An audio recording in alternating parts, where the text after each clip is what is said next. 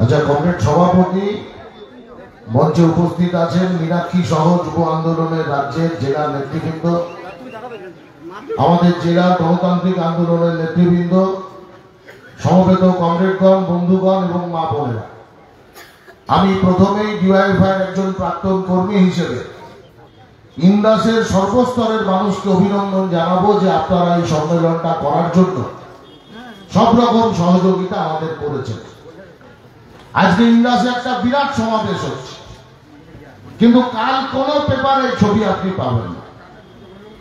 মমতা ব্যানার্জি যদি শরবত খায় তার ছবি আনন্দবাজারে বেরোয়, শুভেন্দু কীর্তন করলে তার ছবি বেরোয়, আর ডিওয়াইএফআই হাজার হাজার লোকের সমাবেশ করলে ওই ক্যামেরাতে ওদের ছবি টবি আসে না।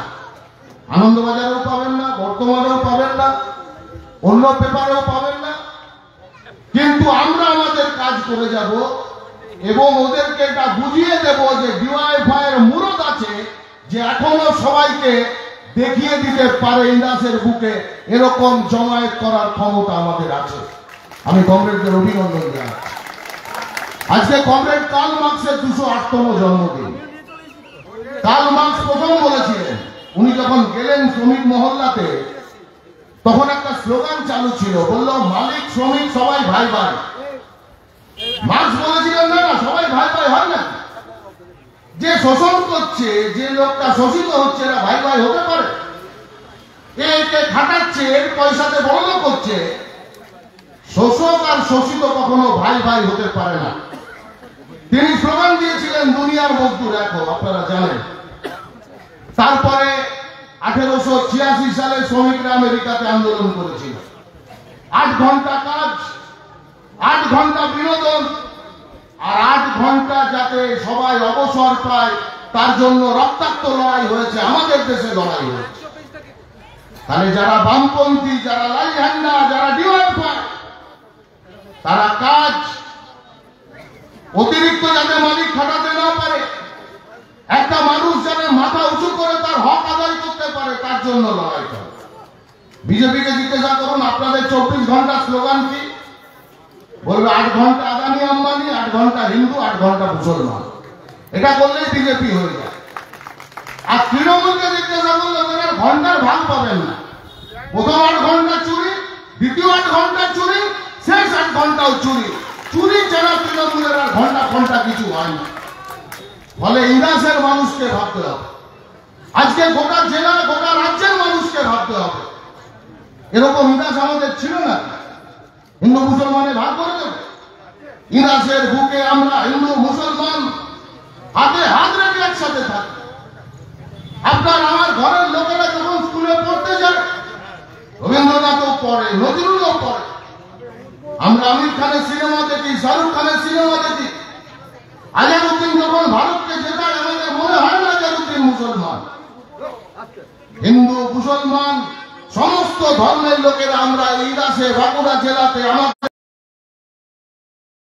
ঐক্যবদ্ধ হতে না পারে, লড়াই করতে না পারে, গরিব যাতে নিজের হকের জন্য এক হয়ে যদি লড়াই করে, তাহলে বড় লোকদের বিপদ, তৃণমূলের বিপদ, বিজেপির বিপদ, চুরি করা বন্ধ হবে। সেজন্য মানুষকে ভাগ করো, তুমি হিন্দু, তুমি মুসলমান। যদি খেতে না পায়, তার পেটের খিদের যা কষ্ট, একটা হিন্দুদের ঘরের ছেলে খেতে না পেলে তারও পেটের খিদের একই কষ্ট। গরিবের পেটের খিদেকে হিন্দু মুসলমান করে আলাদা করা যায় না। আজকে বিজেপি কি করছে? এত বড় একটা ঘটনা ঘটে গেল, পাকিস্তানের জঙ্গিরা এসে 26 জনকে মেরে দিয়ে চলে গেল। আচ্ছা, বিজেপি বলছে আমার, মোদী কি বলছে 56 ইঞ্চি ছাতি। আরে ছাতি তুমি ঘরে দেখাবে, আয়নার সামনে দেখবে। আমরা তো ছাতি দেখতে পাচ্ছি না। সব পার্টি মিটিং করলো, সবাই বললো আপনি যা করবেন আপনার সাথে আছে। বিজেপিকে খোলা আম ছেড়ে দিল। 11-12 দিন পেরিয়ে গেল, এখনো পর্যন্ত একটা জঙ্গিকে ধরা তো দূরের কথা, একটা জঙ্গিকে শনাক্ত করতে পারেনি। পাকিস্তানে হিন্দু মুসলমান এসব ব্যাপার থাকতে পারে, কাশ্মীরে নেই। কাশ্মীরে জঙ্গি হানার পরে কাশ্মীরের মুসলমান হিন্দুরা হাতে হাত ধরে বলেছে যে এই জঙ্গি উপদ্রব আমরা মানি না।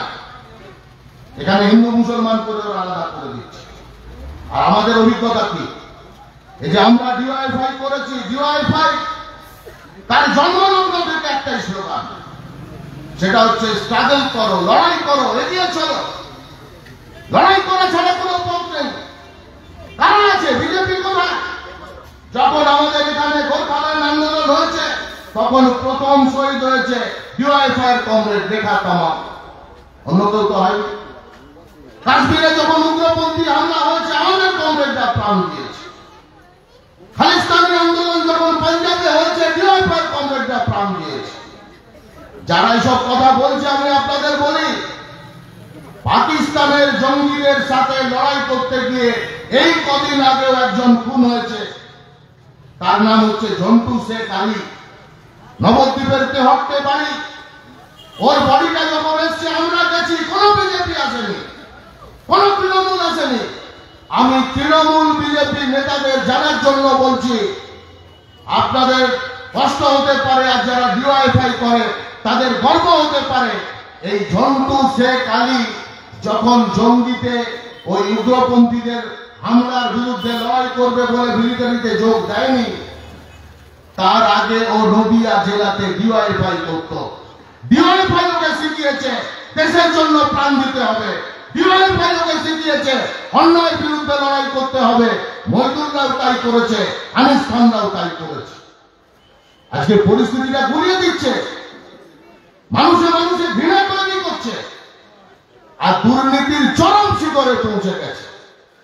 আমি তৃণমূলের দুর্নীতির কথা এখানে বলবো না, আমি কথা বলতে পারি শুধুমাত্র পিএইচই ডিপার্টমেন্টে ইনাস ব্লকে তৃণমূল যা দুর্নীতি করেছে, যে টাকাটা চুরি করেছে, সেই টাকাটা থাকলে এই দেশের গরিব মানুষ অনেক ভালোভাবে বাঁচতে পারত। সব কিছু বেঁচে দিচ্ছে, জমি, জঙ্গল, জল, পাথর, এই বালি এরকম ব্যবসা হতে পারে তৃণমূলের আগে কেউ ভেবেছিল? গাছ কেটে বিক্রি করে দিচ্ছে, আস্তে আস্তে গোটা রাজ্যটাই একদিন বিক্রি হয়ে যাবে। সেজন্য দুর্নীতি ইত্যাদি। আর বিজেপি একদিকে লুট করছে দেশটাকে, গরিবের উপর আক্রমণ করছে, আর মানুষকে ভাগ করতে চাচ্ছে। আমরা বলছি ঐক্যবদ্ধ হতে হবে। আমি যে কথাটা বলে শেষ করব, আপনারা ইতিমধ্যেই শুনেছেন আগের বারে ডিওয়াইফাই ইনসাফ যাত্রা করেছে, ইনসাফ ব্রিগেড করেছে। আমরা সরকারে নেই, কিন্তু আমাদের ছাড়া কারণ মুরদ নেই ব্রিগেড ভরাতে পারে। মমতা ব্যানার্জি মিটিং করলে ধর্মতলায় মিটিং করে, ব্রিগেডে মিটিং করার মুরদ নেই। মোদী তো প্যান্ডেল করে মিটিং করে ব্রিগেডের এক ডালে, যেন ওখানে বিয়ে বাড়ির খাওয়া দাওয়া হবে। আর এবারেও কদিন আগে, 15 দিন আগে, আমাদের রাজ্যের শ্রমজীবী মানুষ, কৃষক, শ্রমিক, ক্ষেতমজুর, বস্তির লোকেরা, তারা ব্রিগেডের দুপুরে রোদ্রে মিটিং করে বুঝিয়ে দিয়েছে লাল ঝান্ডা আছে, ডিওয়াইফাই আছে, গরিবের লড়াই আছে।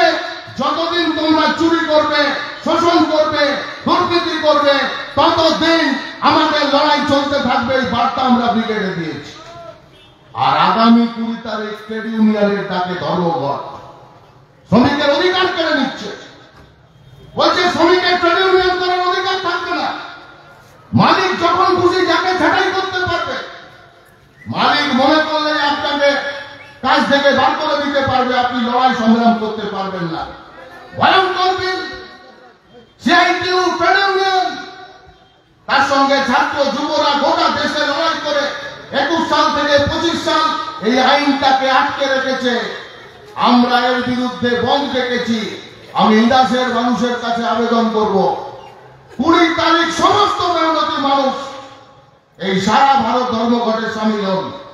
এটা শুরু, এটা লড়াইয়ের শুরু। চোরেরা কখনো শেষ কথা বলে না। যারা ধর্মের নামে মানুষকে ভাগ করে তারা কখনো শেষ কথা বলে না।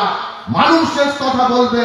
মানুষ গোটা পশ্চিম বাংলা, ভারতবর্ষে যে ভয়ঙ্কর পরিস্থিতি, তার বিরুদ্ধে রুখে দাঁড়াবে। সে লড়াইয়ের আমেজ তৈরি হচ্ছে। সেই লড়াইকে আপনারা আরো প্রসারিত করুন, সেই লড়াইকে আরো এগিয়ে নিয়ে যান। মানুষকে জিততে হবে, চোরেদেরকে তাড়াতে হবে। মানুষকে জিততে হবে, যারা ধর্মের নামে মানুষকে ভাগ করছে তাদেরকে তাড়াতে হবে। আসুন আমরা সবাই মিলে এই কাজে ব্রত হই। আপনাদের কাছে এই প্রত্যাশা রেখে, আপনাদের সবারই সহযোগিতায় এই সম্মেলন সফল হবে এই প্রত্যাশা রেখে আপনাদের আবার অভিনন্দন লাল সালাম জানিয়ে আমি আমার কথা শেষ করছি। ইনকলাব জিন্দাবাদ, ডিওয়াইএফআই জিন্দাবাদ।